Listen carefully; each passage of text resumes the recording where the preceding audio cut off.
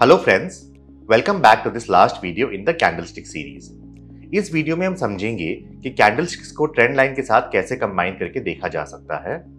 अभी तक हम ये तो जान पाए हैं कि कैंडलस्टिक्स हमें काफी इंपॉर्टेंट इंफॉर्मेशन देती है मार्केट सेंटीमेंट के बारे में।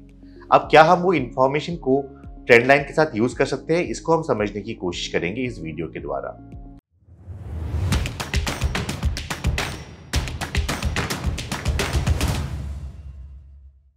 तो जैसा कि आप मेरे स्क्रीन पे देख पा रहे हो, मैंने एक एग्जांपल लिया है जहां पे एक स्टॉक डाउन ट्रेंड में है।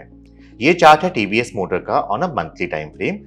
जैसा कि आप देख पा रहे हैं, the stock is going down forming a lower top lower bottom formation. और जब भी मेरा स्टॉक इसका सपोर्ट जोन के आसपास आता है, मैं वहां के कैंडल्स को देखने की कोशिश करूंगा और समझूंगा कि क्या वो सपोर्ट जोन के बाद जो बाउंस बैक आता है वो जेन्युइन है या नहीं है। जैसा कि आप देख पा रहे हैं, ये पर्टिकुलर सर्कल एरिया में मेरे को एक हैमर कैंडल का फॉर्मेशन दिखा है और हैमर कैंडल एक बुलिश रिवर्सल कैंडल है, विच मीन्स कि शायद ये डाउन ट्रेंड अब रुक सकता है एंड अप ट्रेंड में भी कन्वर्ट हो सकता है, बिकॉज बियर्स का प्रेशर अब कम होता जा रहा है and bulls are back in the game. तो जैसा कि हमने एक्सपेक्ट किया था, ये डाउन ट्रेंड यहाँ पे एक पॉज लेता है।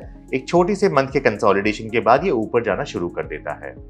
अगर आप इस चार्ट में ही बस सपोर्ट एंड रेजिस्टेंस लगा के अपनी एंट्री डिफाइन करना चाहोगे, तो आपकी एंट्री बनती है लगभग 500 के ऊपर।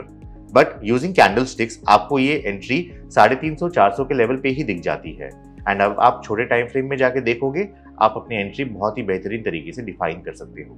आइए अब एक एग्जांपल लेते हैं जहां एक स्टॉक अप ट्रेंड में है और समझते हैं कि वहां ट्रेंड रिवर्सल कैंडल्स के द्वारा कैसे प्रेडिक्ट किया जा सकता है। मेरे स्क्रीन पे अब चार्ट खुला है डेक्कन सीमेंट्स का, again on a monthly time frame.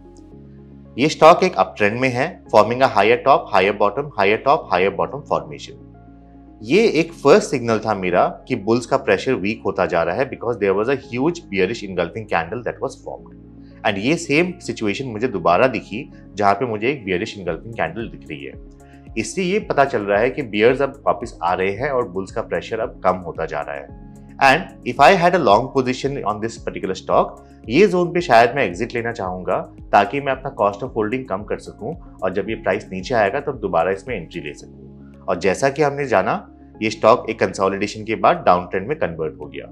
So candles के द्वारा आपने इसकी एंट्री और एग्जिट काफी अच्छी डिफाइन की होगी, बिकॉज अगर आपने लॉन्ग पोजीशन को एग्जिट किया होता, आपको लगभग 500 से 550 के बीच में एग्जिट अपॉर्चुनिटी मिल जाती। बट अगर आप ट्रेंड लाइन के बेसिस में इसको एग्जिट करते, शायद आपको अपनी एग्जिट काफी नीचे मिलती, लगभग 500 के नीचे। सो कैंडलस्टिक्स के द्वारा आप अपनी एग्जिट को और बेटर कर सकते हो by trying to predict the price action and see how the price action is manifesting. आइए अब हम बात करते हैं कंसोलिडेशन के एग्जांपल की, जिसमें हम समझेंगे कि फॉल्स ब्रेकआउट्स को कैसे आइडेंटिफाई किया जाता है। कंसोलिडेशन यानी कि प्राइस साइडवेज हो चुका है, एक पर्टिकुलर जोन के अंदर कन्फाइंड है, ना वो ऊपर जा पा रहा है ना वो नीचे जा पा रहा है। जैसा कि आप मेरे स्क्रीन पे देख पा रहे हो, मेरे पास एक्सिस बैंक का वीकली टाइम फ्रेम का चार्ट खुला हुआ है एंड यहाँ पे इस जोन में प्राइस कंसोलिडेट कर रहा है। वो ना तो 800 के ऊपर जाने को तैयार है, ना वो 650 के नीचे जाने को तैयार है।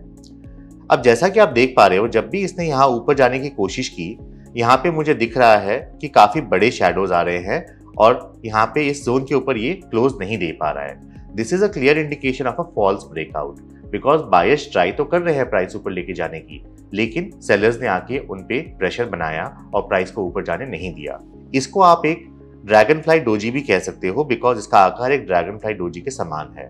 और जैसा कि हमने देखा, यहाँ से प्राइस ऊपर चला गया। तो यहाँ आपने कैंडलस्टिक्स के द्वारा एनालिसिस के साथ आप यहाँ पे भी एक एंट्री डिफाइन कर सकते थे स्टॉक में, और कैंडलस्टिक्स के द्वारा आप यहाँ पे भी एक अपनी एंट्री डिफाइन कर सकते हो। तो ये एग्जाम्पल से हमने जाना कि कैंडलस्टिक्स के एनालिसिस को यूज करके हम कैसे एक फॉल्स ब्रेकआउट को आइडेंटिफाई कर सकते हैं। जब हम बात करते हैं कैंडलस्टिक्स एंड ट्रेंड लाइंस की, तो एक और चीज बहुत ही इंपॉर्टेंट है जिसको हम कहते हैं स्प्रिंग्स एंड अपथ्रस्ट्स। आइए बात करते हैं स्प्रिंग्स की। अगर हम स्प्रिंग की बात करें, तो जब भी प्राइस कंसोलिडेट कर रहा होता है, अगर वो मार्केट वीक नहीं है लेकिन प्राइस सपोर्ट के नीचे जाता है, तो ये एक्सपेक्टेड है कि वो स्टॉक वापस बाउंस बैक करेगा एक स्प्रिंग के जैसे। याद रखिए, broader market should not be weak in the case of a spring formation.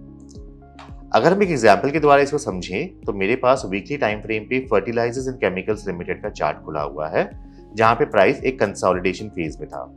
आप देखोगे यहाँ पे प्राइस ने सपोर्ट को ब्रीच किया, क्लोजिंग भी दी सपोर्ट के नीचे, बट ये जो कैंडल फॉर्मेशन था ये एक हैमर कैंडल था एंड उसके बाद एक बुलिश हरामी पैटर्न के साथ इसने अपना अप ट्रेंड चालू किया।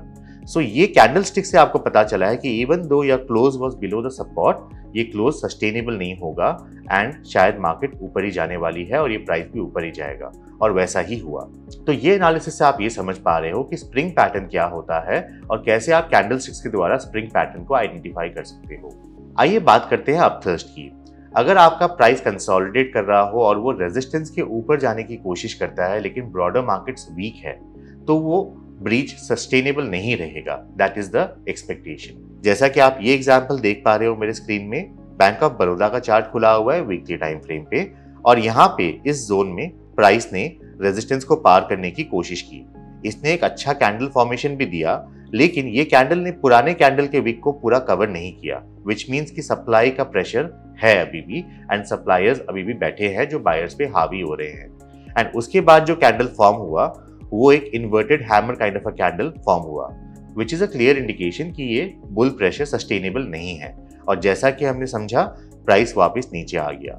ये पैटर्न को हम कहेंगे अपथर्स्ट पैटर्न। सो हमने ये समझा है इस वीडियो के द्वारा कि कैंडल स्टिक्स के यूज से आप कैसे अपने ट्रेंड लाइन के एनालिसिस को बेहतर कर सकते हो और कैसे आप अपने फॉल्स ब्रेकआउट्स को आइडेंटिफाई कर सकते हो। मुझे उम्मीद है आपको ये वीडियो पसंद आया। अपने व्यूज हमें कमेंट्स के द्वारा जरूर बताएं एंड मुझे आशा है कि आप ये सब लर्निंग से अपनी ट्रेडिंग एंड इन्वेस्टमेंट को बेटर कर पाओगे। Thank you and good luck.